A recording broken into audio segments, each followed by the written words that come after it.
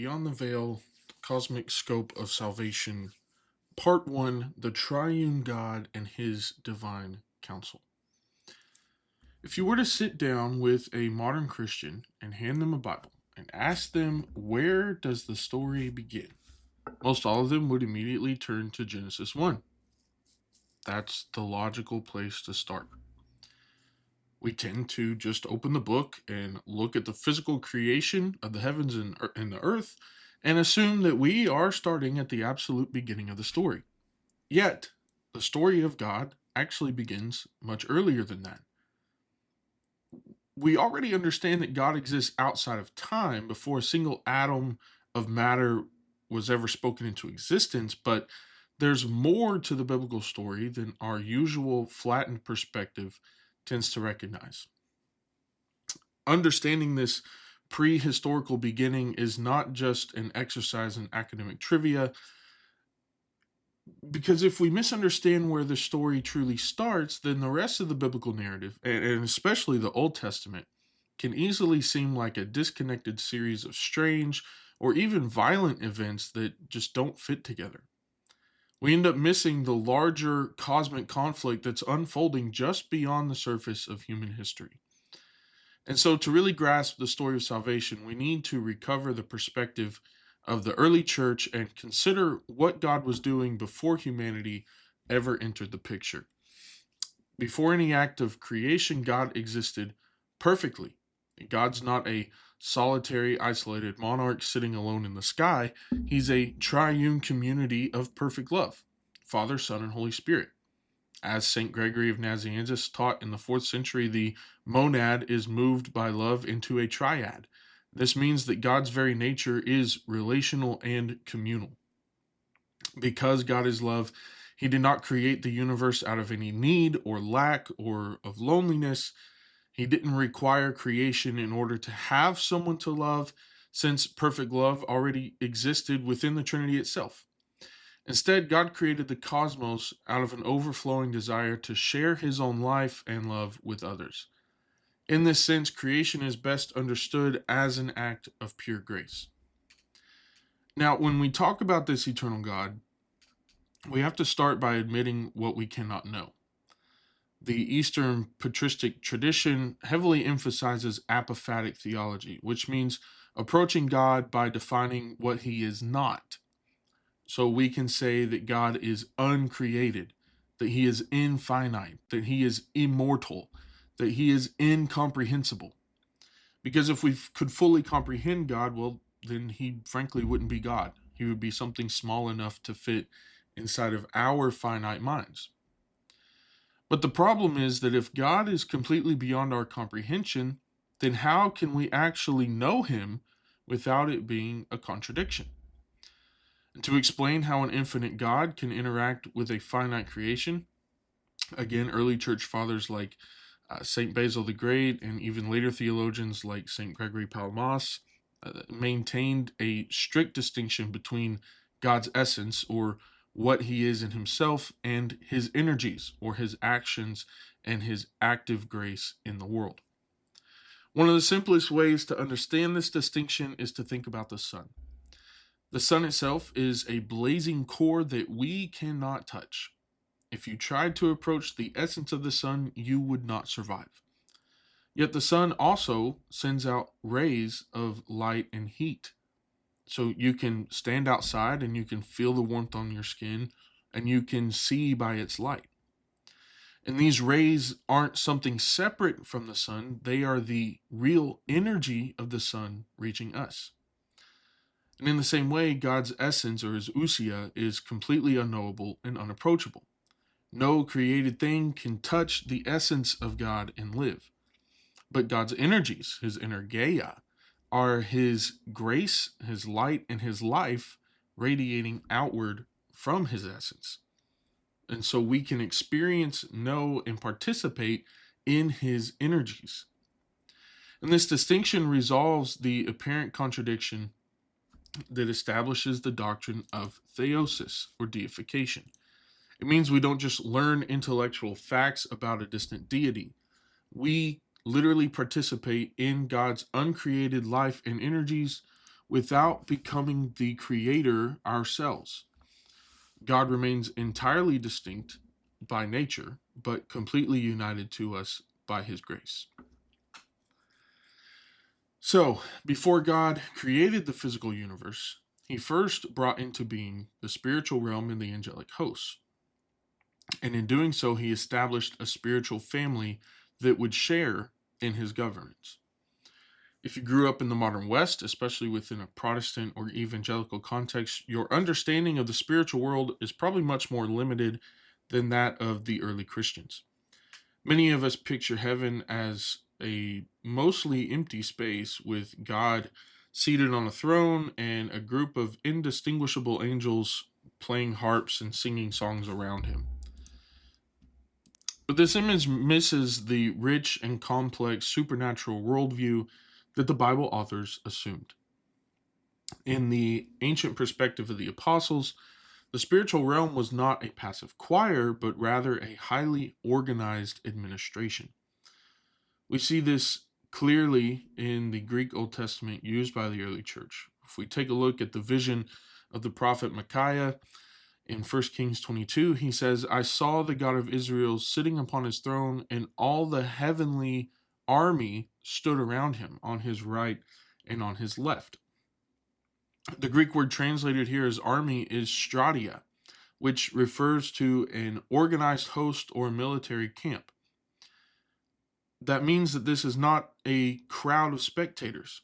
This is an active, again, structured administration of spiritual beings gathered around God's throne, receiving instruction, discussing decisions, and participating in God's rule over the world. We see a similar scene in the introduction of the trials of Job, that it happened on this day, behold, the messengers of God came to stand before the Lord, and the devil came with them. You've probably heard it said many times before that the Greek word angeloi or angelos simply means messengers or messenger, but they're described here as standing before the Lord.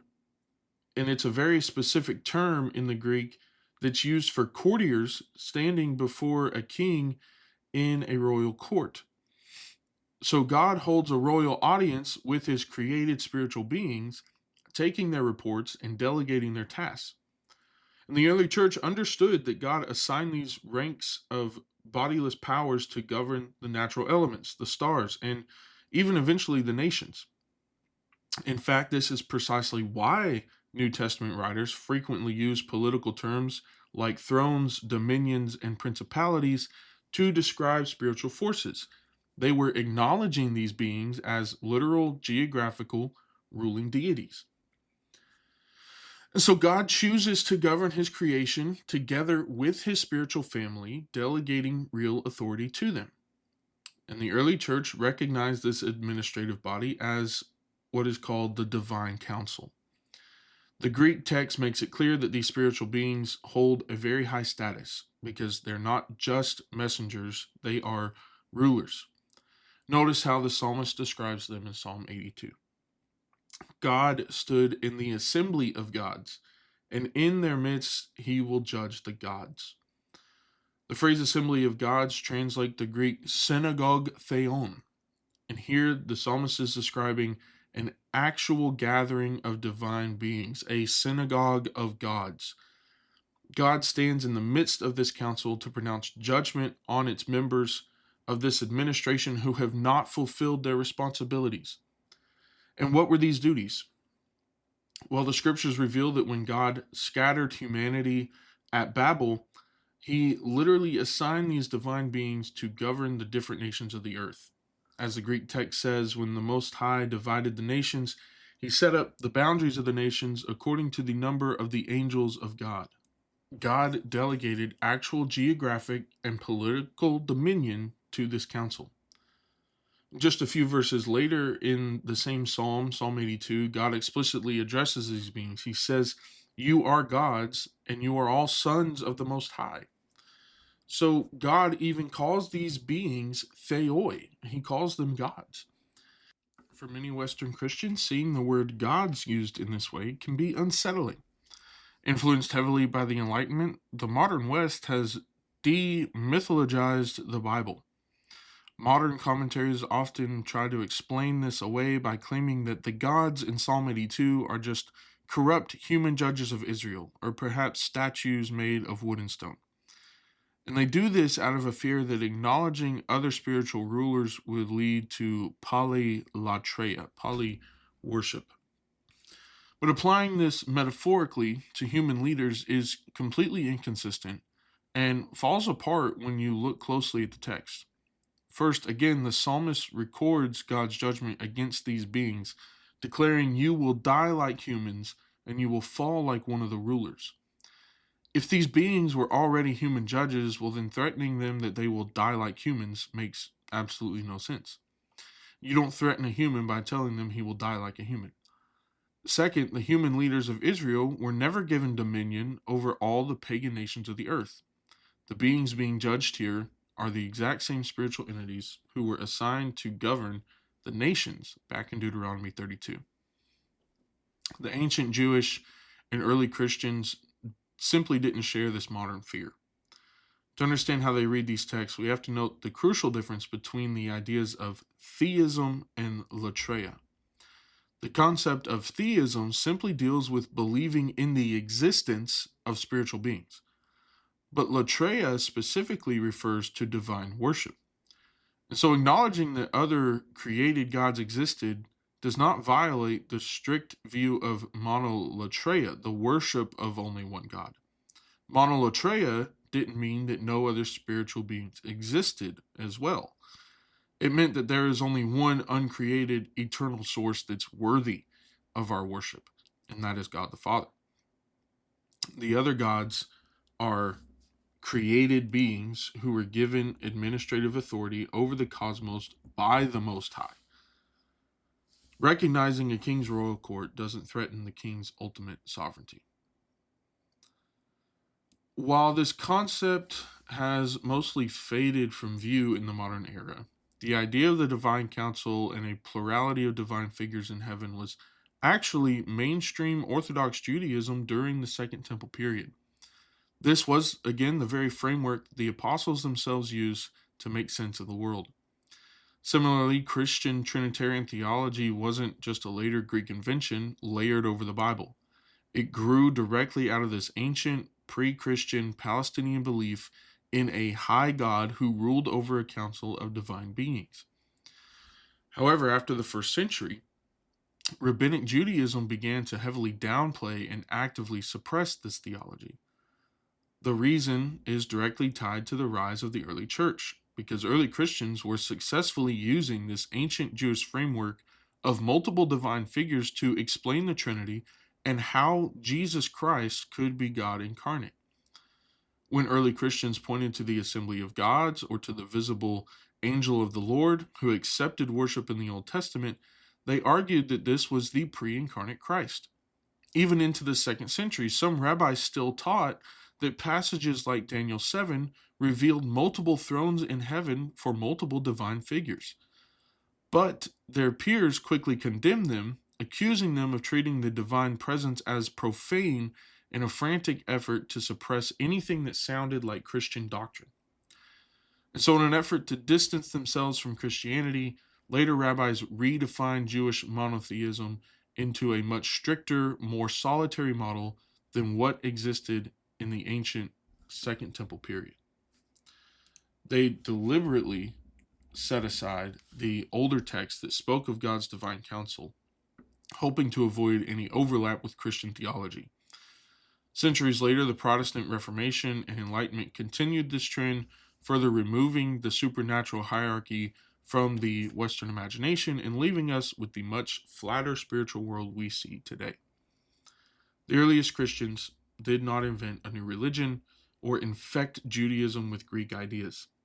They were simply preserving the original, ancient Israelite belief in a high God and his divine counsel. And to understand the biblical story correctly, we have to put back on the lenses of the early church. God is a Trinity who created a vast supernatural family to help rule his cosmos long before humanity arrived on the scene. and he delegates authority to his creatures because he is a God of love and communion.